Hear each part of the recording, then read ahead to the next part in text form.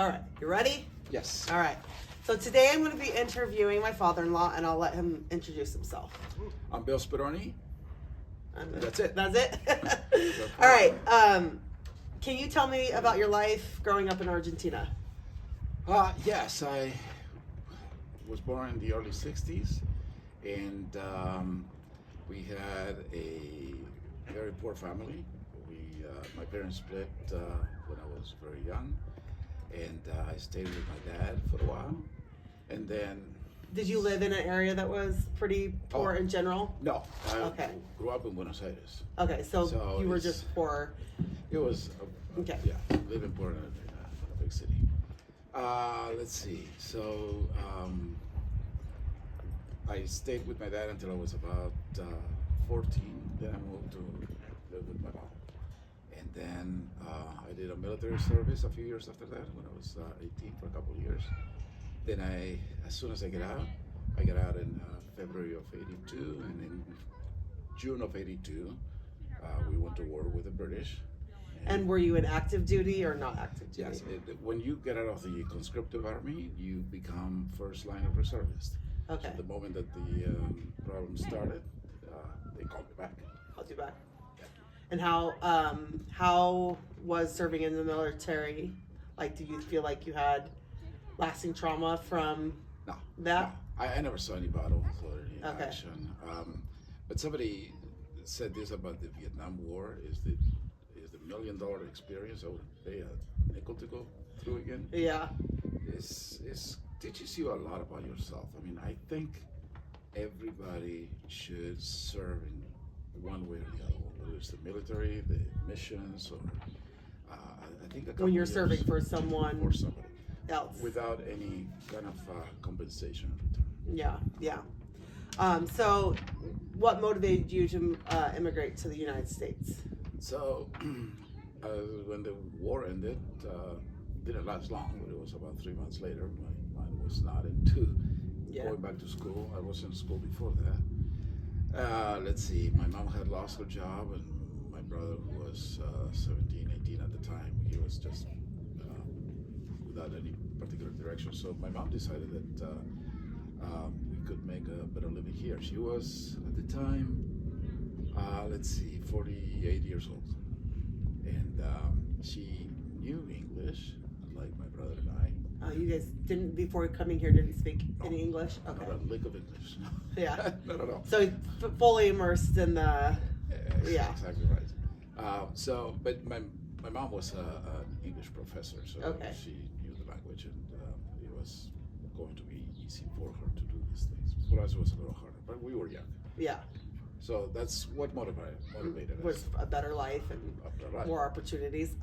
So what challenges did you face when adjusting to life in the United States? Like, was it hard to learn the language? The language was probably the hardest, but I really didn't have many challenges. You did it. This place really embraced me, and I tell my wife all the time that I spend now 41 and a half years here, and I've never been out of work. You've always had a job, and I've moved from work to work. Some things that I didn't care for, so I move on to something else. But in reality, I was never out of work. Do you find that you would call this home and not Yes. Argentina? I lived 22 years of my life in Argentina, and I lived now 42 Here, yeah. So Yeah. It's Do you definitely- miss anything about Argentina? Yeah, there's a lot of things that I do miss. I want to say I miss the place. I mean, I've seen some of the most beautiful land in the world in Argentina. Yeah. In the southwest of Argentina, it's absolutely breathtaking. I do miss the beaches against the east side. Those are. It's different than here. It's a little different. We used to go to a place called Villa Gesell every summer, and those were wonderful memories of my youth in the beach over there. Yeah. Beach town. But In general, do you feel that you just had more opportunity here to grow? yeah, over there, you know what it was? What I do miss is the ability to do things no matter when No matter what time of the day, no matter what time of the year, you could go out and do something. New York is like that. I'm sure that LA is like that. Phoenix is not quite No. there, and that's fine. Yeah. But I kind of miss that. The other day, busyness just this of the weekend. city. This weekend we were saying, what do you want to do? I don't want to go eat. I don't want to go to the movies. Yeah. What else is there to do? There's not. Yeah. Not that Not especially with living out here. There's not as much, right? It's different lifestyle. Yeah. How did your cultural identity influence your experience as an immigrant? The thing is that I'm not sure if I brought my cultural identity You don't think- with me. You don't think No. so? My family was from Europe, all of it, except my parents. My grandparents were born in Italy or Spain or England, and there's no such thing as an Argentine. Yeah. Culture is like New York. You have such a mix of things that. Yeah, would you say that you're more Italian in cultural, like your cultural traditions, are they more Italian than they are Argentine? Or are they a good balance of both? They're in general European. European. Yeah. I would say Italian more than anything else. Yeah. Okay, so now we're going to talk switch a little bit to your religious upbringing. Oh. So what role did your Catholic upbringing play in shaping your values and worldview? I gotta think about this. I am proudly Catholic. I mean, I haven't been in a Catholic church in a long, long time. I'm not practicing Catholic, but I had certain experiences with the Catholic Church that I found very deep and telling. I didn't go the traditional way. It took me many years. You're supposed to get your communion at about 8 or 9 when Yeah. when the Mormon boys get the priesthood. Okay. That's when you do that. I didn't do that then. I took the class. And what is the communion? Is the Can you communion explain that to me? is when you receive the Holy Ghost. Is Okay. when, you pretty much is a turning of the page. Okay, but you get baptized as a baby, but then you get the Holy Ghost when you're 8 or 9? That's correct. Okay. So the idea here is your baptism our baptism is kind of the same thing as what do the LDS people do when they're born, a blessing. The blessing, okay. Right. And then somewhere around 8, 9 years of age, you get your first taste of right or wrong. Now Okay. you know the differences in the Catholic Church. You get the first communion. Okay. In the LDS Church, you get Baptized, the boys get yeah. baptism. Yeah, and then So- when they're 12, they get the priesthood. Okay. As far as events go, they kind of follow the same pattern. Yeah. They're called differently, but they're kind of the same pattern. So I didn't do that until I was about 12. Okay.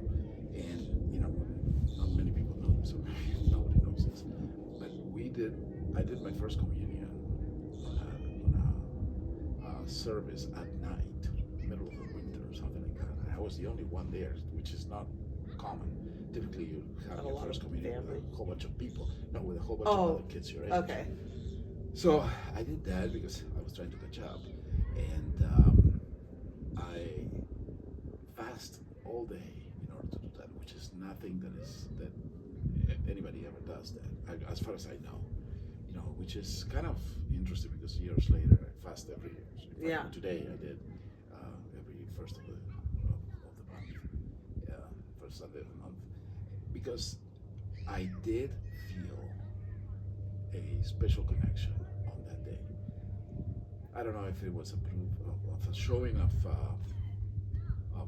faith or gratitude. I don't know what it was, but I did feel different because of that. And I carry it with me. With It's a you. good memory, yeah. Yeah. So do you feel that because you don't practice the same beliefs, like you're not practicing Catholicism, but you go to church every Sunday and you practice Mormonism, do you feel that they have very similar beliefs? Yes and no. I think the beliefs of charity, family, chastity, a lot of those things kind of line up. I mean, they're all based on the Yeah. Honoring father and mother, and honoring God, and all that. Where it's different is there's a number of things that the LDS Church does that is very unique. You know? Yeah. Yeah, the alcohol business. Yeah. Which, I'm not in disagreement with that. I think we have to respect our bodies, and where the LDS people formalize that, Catholics never did. Never yeah. Do you think that if you hadn't married someone that was a member, that you would be practicing Catholicism today? I don't know. I really don't know. You're not sure? Nah. Had I married a practicing Catholic, Probably. But if he wasn't a Catholic, yeah. I don't know. I don't think that I'm the type that is going to instill that in the family, lead the family to do it. I don't know. Yeah. What was your experience raising children in the Mormon Church while not converting yourself? At times it was difficult, and at times it was easy. Sometimes I think about that I took an easy alternative by having my kids grow up in the Mormon Church, where they say don't smoke, don't drink. Yeah. It's like, all right. They already have it. Let's go. Good foundation right there. Good foundation. I don't have to worry about that. I mean, your kids are going to do what they do. Yes. I'm sure that they tripped over some of this stuff, but for the most part, You believe in those values. This is a good thing. Yeah. It's helping me. Why would I be against it? Yeah. At first, I didn't quite wanted to go to church. The first few years, Lynette, for a while at least, not a lot, but she would go by herself. Take the kids when the kids were little. And then I realized that I was holding them back, so it wasn't a good thing. So I started going. And quite frankly, I do enjoy going. Quite a bit, actually. Do you like the community that is there? Yeah, I like the discussions. Yeah. Some communities are better than others. We've been several wards through the years. Some of them I really, really did enjoy. Some of the other ones are a little bit more distant. It's easier with kids. Yes, you have the kids there to. Then you become more important, more prominent part of the community. Do you find that you felt different than other, like young fathers, or when you felt the same as? No, I don't think so. I mean, I know that it is that. Different. But you didn't feel that so much that you didn't want to go. No, I didn't resent it or That's awesome. Like that. Yeah, it made me feel very welcome. Yeah. Sometimes it was kind of a circus show, a circus act. Children. Just go. No. What I mean is that let me introduce you to this guy. It's not a wonder. Okay, not yet. So, do you feel that you were pressured a lot to become a member? At times, not a lot. I was able to navigate around that easily. Yeah. But not too much. Not too much. No, I never thought that it was pressure. Like, how do you dare? I remember one time I had a meeting on an evening. This guy was hell-bent on coming to see me, and he's going to talk about all these things. And when he showed up, he really gave me a spiel on Amway. And I remember thinking, Amway? Yeah. Oh man. No church. Wow. I didn't hook on. It was a little bit different. It was kind of a disappointment. You're like, I guess. Sell me something. So, have there been any moments of tension or understanding between your Catholic background and the Mormon faith within your family? If you found like some conflicts? Since I smoked for so many years, that was a bit of a problem. I can understand why. Yeah. I don't know. I think there is a sense of patriarchy that I don't mean to be the patriarch, but it's I've never considered. Because of the priesthood. Because yes. Yeah. We get together. I'm always asking somebody to say the prayer, and please don't think that this is upsetting me in the least. But you realize that. Yes, I understand. Years, nobody ever said, "Hey, yo, Bill." Nobody has ever asked. Not that I remember. So, that's a very interesting. You would think that even though you don't have the priesthood, you're still the head of your family. Yeah. Yeah. Interesting. Yeah, I mean, it's one of those things that make me go, but it doesn't really Like bother bother me. you, yeah. Yeah. Interesting. How has your cultural background influenced your approach to parenting and family life? Or has it? Family is very important to me. I don't think that is my cultural upbringing as much as it is coming from a broken family. And I do remember the pains of having parents that didn't get along. Yeah. And that is not easy. So as I found a family that was very much a united family. Yes. When my in-laws got over here, it was them against the world, and they didn't speak the language well. They died without really speaking it very well. So they were always felt like if they didn't unite, they were going to be eaten alive. And so they instill something on their kids about family values, and this is how we end up with the Sunday get-togethers like we still Yeah. do, and a lot of things that your typical American family doesn't do. I mean, Yes, typical. I agree. I agree. There are many families that do, but I think it's mostly the Latin families. I agree with that Talk all statement. the time about some of the problems that this country has, and one of the things that I hadn't realized, I was talking to somebody, an American person that lives in California, and she was saying that you don't see that many homeless people that are Hispanic. I mean, there are, but there are not that many. It's because their family takes care of them. Yes, and I think they don't move so far away from their family. And that's another thing. Yeah. As we experience now, one and soon to be two kids Moving away. from us is kind of hard because you start thinking, where did I fail here? Yeah. But if I think about it, I left my dad when, Mm-hmm. you know, In Argentina, and you haven't been back, right? I have not been back. So how old was that? He was Thursday. Well, I'm sorry. He was in his early 50s. When you left. Yeah, I never saw him again. Yeah. So if you think about it in those terms, it's not like I did something. You didn't very something different than your own children, yeah.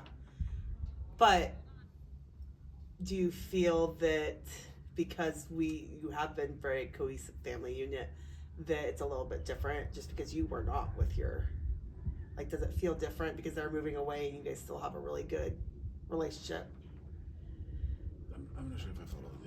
If that I moved away. No, yeah, because your like relationship with your dad was not the same as your relationship with your own children. Does it feel different because they're moving? I would imagine. Oh, because they're moving. Yeah. No, it kind of feels a little bit like karma. Yeah. It's what goes around comes around, and I can't think that they're doing this because I did this to my dad. I have to think that they're doing this because it's the best thing for them. It's not about me. It's not. No. Yeah, for sure. But it is upsetting. Yeah, I think that any change like that is hard. What are some stereotypes or misconceptions about Argentines or Catholics that you've encountered in the U.S.? In the U.S. Yeah. The other day, Argentina won the World Cup a couple of years ago, and there was a lot of talk on TV about how Argentina must be a racist country because of the entire team. There's not a single black person. It's like, you honestly don't know Argentina. Obviously, because we don't have any black people. I mean, I don't know what was different about Argentina and Brazil. Brazil got a lot of black people. But you don't have any. But slavery was not really that big of a problem in Argentina. We didn't have that many slave owners. I mean, I'm not saying it never happened, but it was very rare. There just wasn't a lot. Is there today, do you think a lot or more? I don't know. I don't think so. Probably. I don't think so. So that's a criticism and a stereotype that is completely false. Yeah. It's not that we rejected them or kept them out or did anything like that. It just didn't emigrate into Argentina. Yeah. As much as the other places. So Argentina's comprised of what mainly? So at the turn of the 19th century, from 1899 to 1900, there was less than 1 million people living in Argentina. Okay. Now Argentina is the size of about a third of the United States, so it's not a small country. It's a pretty big country with less than 1 million people. So there's a lot of land. So they went to Europe and said, "Come on in." Yeah. to develop this country, and Europeans came in droves. So I think there's about 45 million people there now. So the great majority of the people in Argentina are white, are white, are of European descent. Yeah. There are a lot of natives, but the natives were overtaken. Yeah. Okay. There are places in Argentina, like the entire Patagonia. I don't know how it is now, but I remember at one time there was one person per square mile. Oh wow. And it is a big place. Yeah. So, it's pretty empty. Is Argentina, so it's largely like the biggest city is that Buenos Aires? So Buenos Aires, at one time when we came over here, Buenos Aires had a third of the population in one city. Wow. And then between Córdoba and Santa Fe, the next two larger cities, they had another third. So you have three cities with 2/3 of the population, and the entire rest of the country. Wow. So is there a lot in the other parts of the country? Is there a lot of poverty? Or just, is it just more like land?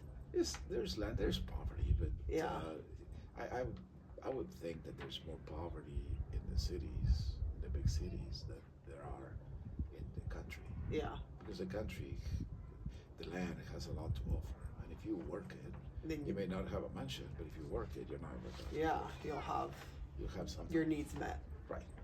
Have there been any moments where you felt misunderstood or particularly seen in your unique identity? So, as a here in the United States. No, I think when the first jobs that I got were in landscaping, and I did a lot of construction, and this was my choice. But I think the people that hired me expected somebody different. Okay. Like, you're a landscaper, I'm sure you're gonna be able to turn this land into, just put sprinklers and all those things like that, because this is where your culture is from. And I don't mean to be dismissive to the people that's not gonna work. I have no experience at all. Yeah, so they just kind of thought that you would have the experience. Yeah. Anybody from south of Arizona, New Mexico, all the way down to South America, we're all the same to the people here in the United States. So it's kind of a Did you get like mistaken for having a different culture because of that? I think that the expectations were a little different. People would think, you're obviously, yeah. It wasn't. Now, on the other hand, at first, now, it doesn't happen anymore, but I remember being here and standing in line at the supermarket and people speaking about you in Spanish, not thinking that you would know the language. And you look at them and answer them in Spanish, and it's like, what are you doing? And they look at you like you're some sort of nut. Yeah. They cannot put you. But now that has changed in the last 40 years because there's so many people that know Spanish. Yeah, as we've immigrated more. Yeah. Interesting. There's a lot of people that learn the language because of missions and things like that, but there's a lot of people that purposely learn the language because of work. Yeah, that's a really leg up here. Yeah. Looking back, how do you think your immigrant experience has shaped your views on social justice or community support? I think social justice is a bit of a problem. It's a bit of a crutch. But I haven't changed my views because of my staying here in the United States or anything like that. I've been thinking quite a bit about this. I do believe that charity is necessary. It's one of the things that is most important in society, because there's a lot of people that are in need, that need somebody to lend them a hand, that they need somebody to help them for a while. Many of them are the children. All the children, they need to be protected. They need to be taken care of. And if they don't have a family, they don't have the structure, then somebody needs to step in. And the older people, obviously, they don't have. There's a lot of people in between. They just don't have the ability to take care of themselves. That, as a society, is at the top, to me. Yes. There's one thing that tops that, and that is the individual never becoming dependent on somebody else. Okay. If you can take care of yourself, you have to take care of yourself. That's the problem with this. It has flipped. Yes. And now you have a lot of people Reliant. dependent on the government. Yes. It's created a relationship between societies and the government that is destructive. Yeah.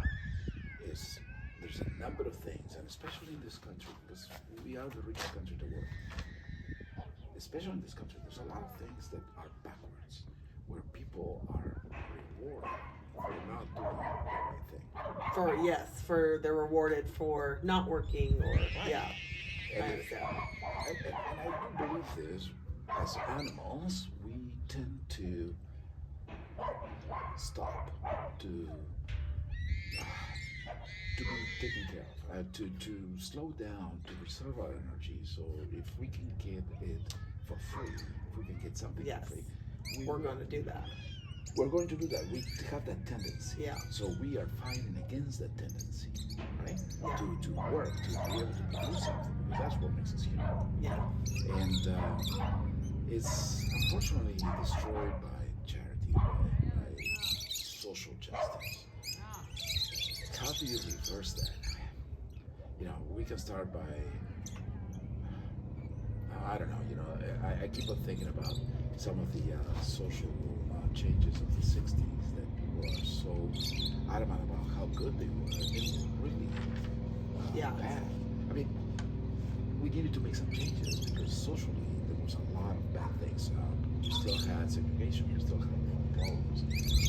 But the way that we went about it, the way that somebody like Lyndon B. Johnson went about it, where he signed the War Against Poverty. Yeah. And as he was signing, saying, I'm going to get these N-word people voting Democrats for the next 200 years. I'm sure that he said that because he loved them. Yeah. No, he said that because he was using his political power for his own gain. Yeah, personal gain. So what did that do? Before that, 80%, I think something like this, and don't quote me because I don't know this for a fact, but I've seen it several places. 75 to 80% of the black families had a set of parents at home. Mm-hmm. Today, 60 years later, 20% of black families have both parents at home. Why? Because we rewarded breaking family. And now we wonder why, in general, black families are struggling. Yeah. How did that social justice work? Yep. It didn't. Yeah.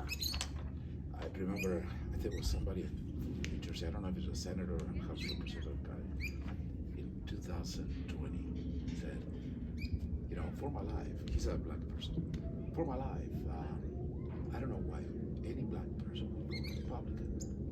And as I think about this whole picture, I think, for my life, I don't know why any black person would vote Democrat. Yeah. Who have been trying to get rid of you for 250 years. Yeah.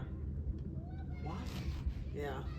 Anyway, this is probably not something that you want to know, but Well, you start thinking about this stuff, and since I didn't have that contrast in Argentina, yeah. I started thinking about it since I got here. This was news to me. Yeah, because you didn't encounter that in Argentina. I mean, there's always rich people and we were poor people, yeah. so there's not so much of the race. Struggle, Yeah. but it's not a racial thing. Yeah. So when I got here, you start putting the pieces together and you start thinking, wait a minute, this is something flipped. Yeah. It's not, the more we try to destroy, the more we're building it. Yeah. It doesn't make any sense. Yeah. Whole policy reform. How can people better support individuals with diverse cultural and religious identities in the professional or community setting? You need to let people be who they are. I don't go around waving an Argentine flag. Yeah. I think when my brother-in-law came here in 1990, I think it was, he came out of the plane with an Argentine flag, and we were like, "Oh, dude, put it away." We're not in Argentina. If I wanted to stay in Argentina, I would have stayed there. Yeah. I don't want to come over here and make this Argentina. I don't know why would anybody from Mexico, Chile, Brazil, whatever it is, want to come over here and make Mexico, Chile, Brazil. This is the United States. There's a reason we came here. It's not because it looks like Chile, Mexico, or Brazil. It's because it's different. Then help it stay different. Yeah. don't try to bring your policies over. You Yeah. run away from those. Yeah, it's true. What lessons from your own experiences do you hope others might learn to create more inclusive and understanding communities? Understanding in which way? I think that if you want to celebrate your culture, nobody's stopping you. Yeah. In fact, most people here embrace it. You go to places where there's Mexican families and they eat Mexican food and they got Mexican Yeah. music and you just join in and say, yeah. So I don't think anybody is saying don't do it. Maybe it's my own experience. I never experienced this. So what I can see is that it's embraced. Yeah, it's already embraced. And people typically enjoy that. Go to stores and you always see something that came from Mexico. You Yeah. always see something that came from Guatemala or someplace like that. Go to Guatemala, go to Mexico, see how many of those things you find that come from other places. Yeah. There's always something from the United States because the United States is so politically strong, Yeah. economically strong. Yeah. But it's not there because it's the United States. It's there because it's technologically better. Yeah. Here, those things are sold because they are from Mexico, because they are from Argentina, Yeah. because they are from whatever. It attracts people. So Yeah. I don't think that there's any kind of put down in my experience. I'm sure there's somebody out there who's going to say, oh, you don't know what happened to me. Well, maybe. Yeah. But you cannot use a single thread to paint the entire society as having a problem. Yeah. That happened to you. And there's crazy people and stupid people all over the place here. So I'm sure that something bad happened to everyone. I can't say that that happened to me. So in general, you think that moving here has been a very positive and life-changing? Without a doubt. Yeah. I have, it's interesting because today was Fast Sunday and I'm always grateful for all the blessings of my life. That people ask me, you fast, why do you do it? Because I'm grateful. It's Yeah. not because I'm asking for stuff. I'm fasting because I'm grateful. Yes, eventually you ask for people's help, right? Especially those that are struggling. Hopefully this so gets better. Yeah. But the idea is to always be grateful. It helps you focus your mind on The things what's that- important. Right. So, when I think about the things that I'm grateful for, marrying my wife is probably at the top of the list. And my kids, obviously, my family. But somewhere around there is coming to this country. Yeah. I often think about what would have happened if I stayed in Argentina. Yeah. The picture's never good. Yeah. So, I don't know. How have you tried to? Have you tried to keep some of your teach your children some of the traditions that you had in the cultural? They don't drink mate. Which you try. I'm good, thank you. Well, thank you for spending some time with me today. I enjoy this. Yeah. I'm not sure exactly what you're gonna do with those days. I had to write like a summary of it, and then I get to send you all in to my professor. I don't know. Woohoo! I'm not certain that they actually look at everything in detail, but